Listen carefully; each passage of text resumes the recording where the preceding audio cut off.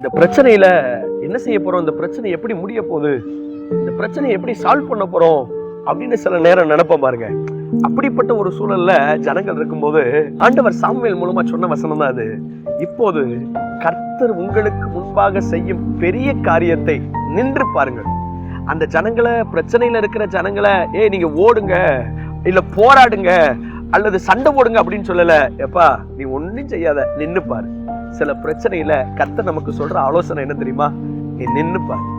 நம்ம நின்னுட்டோம் அப்படின்னா அவர் நமக்காக யுத்தம் செய்வார். ஆனா நம்ம யுத்தம் செய்வார்னா அவர் நின்னு பார்ப்பார்.